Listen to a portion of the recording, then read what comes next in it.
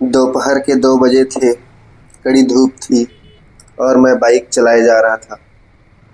मेरे सामने बार बार मेरे घर का दृश्य मेरे आँखों में घूम रहा था। मेरे बेटे की हंसी, मेरी माँ का लाड दुलार, पापा का डांटना सब याद आ रहा था। आँखों के सामने काला अंधेरा छा रहा था और यह सब धूप की वजह से नहीं, नौकरी की वजह से हो रहा था। यह नौकरी भी इंसान से क्या क्या करवाती है। चलिए मैं आपको सब शुरू से बताता हूँ। 27 मार्च का दिन था और 28 तारीख को हमें सहायक शिक्षक पद के लिए नियुक्ति पत्र मिलने वाली थी। इसलिए मुझे जगदलपुर के लिए निकलना था। मेरा डॉक्यूमेंट वेरिफिकेशन 20 मार्च को ही पूरा हो गया था, जिसमें मैं पात्र पाया गया था, जिसका वीडियो भी मैंने अपलोड किया था। मेरा स्कूल जगदलपुर से 8 किलोमीटर की दूरी पर है, लेकिन वहां जाने के लिए बस या ऑटो का साधन नहीं है। इसलिए मुझे बाइक से ही जगदलपुर निकलना था। मैं जात हूँ मोला मत खोज भी। चल अप्पा ले जल्दी जल्दी अप्पा ले जहाँ अप्पा ले।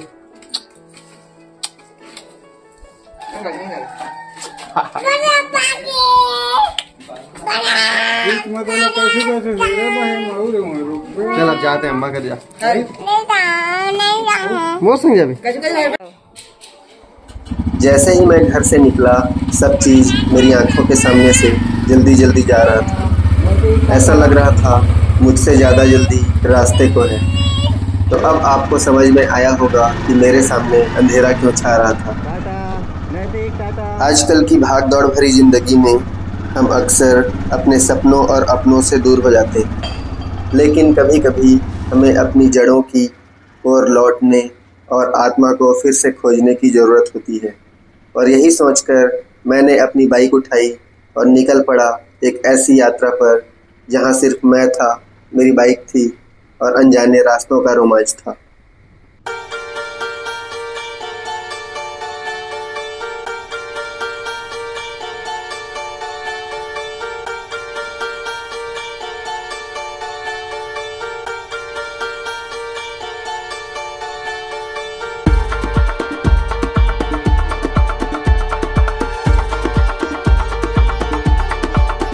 और दूसरी समस्या यह थी कि जो मेरा ट्रॉली बैग था वह रस्सी से बंधा था और बार बार रस्सी ढीला होने की वजह से सारा सामान एक तरफ हो जाता था और मुझे बार बार बाइक से उतरकर उसे ठीक करना पड़ता था।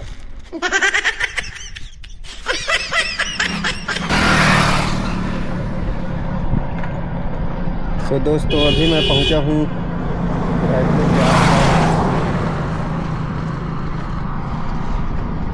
तो अभी सफ़र बहुत बाकी है।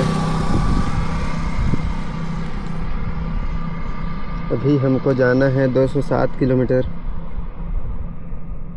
तो चलिए चलते हैं फिर से।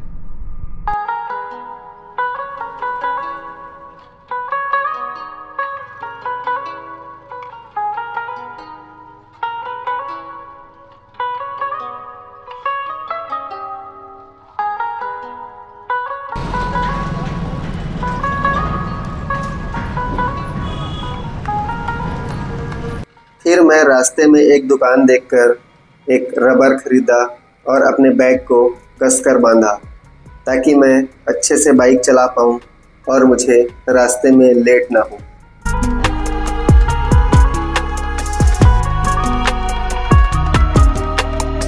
यह सब सोचते सोचते सूरज ढल गया और नया रायपुर के करीब पहुँचते पहुँचते ही शाम के 6 बज गए।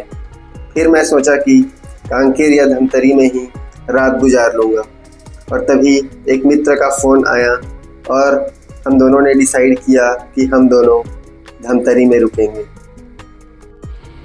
कुरुद पार करते हुए मैं आखिरकार रात 8 बजे धमतरी पहुंच गया। वहां पहुंचकर हम दोनों ने एक शेयरिंग रूम लिया और वहां रात बिताई। फिर अगली सुबह जल्दी उठकर हम लोग फिर से जगदलपुर के लिए निकल गए। दोस्त को रास्ते में कांकेर छोड़ना था क्योंकि उसे कांकेर के आसपास का स्कूल मिला था।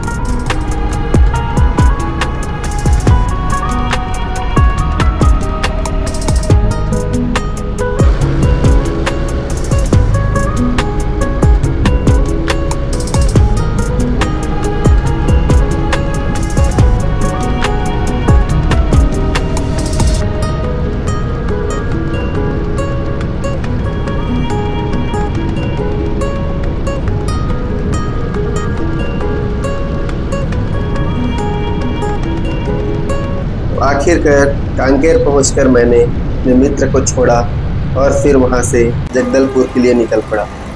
जगदलपुर धमतरी से लगभग 222 किलोमीटर की दूरी पर है और कांकेर पहुंचकर यह दूरी अब 170 करीबन रह गई थी।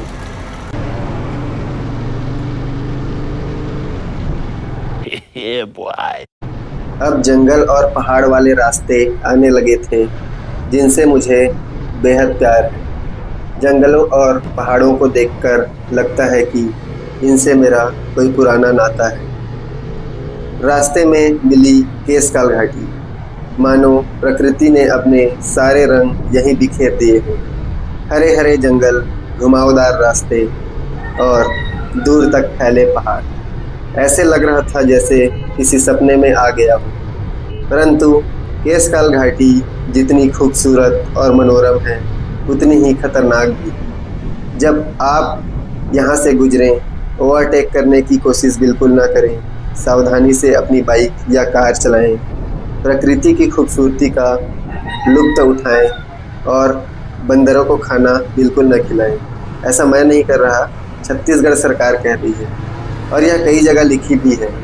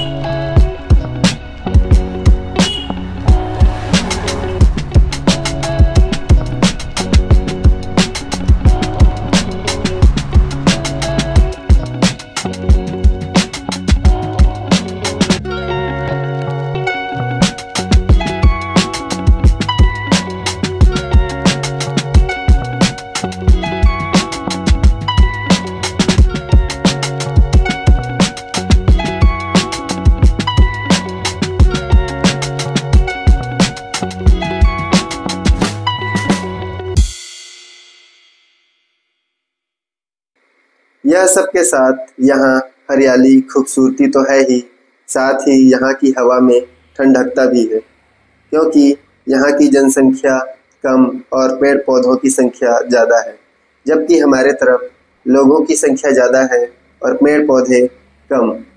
अब मुझे ये पता चल रहा था कि हमारे तरफ गर्मी ज़्यादा क्यों पड़ती है। हम अक्सर स्टेटस में या लोगों को बोलते हैं, दूसरों को सलाह देते हैं कि पेड़ लगाओ, और खुद पेड़ नहीं लगाते। लेकिन यहाँ आकर मुझे यह सच में महसूस हो रहा है कि हमको सच में पेड़ लगाने की कितनी ज़्यादा ज़रूरत है। तो जगदलपुर पहुँचते पहुँचते मुझे 1:40 हो गए और वहाँ जाकर मैंने एक लॉज लिया और फ्रेश होकर जॉइनिंग लेटर लेने के लिए डीओ ऑफिस चल दिया। आगे की कहानी जानने के लिए इस चैनल को सब्सक्राइब कीजिए। तो फिर मिलते हैं एक नए वीडियो के साथ, तब तक के लिए थैंक्स फॉर वॉचिंग।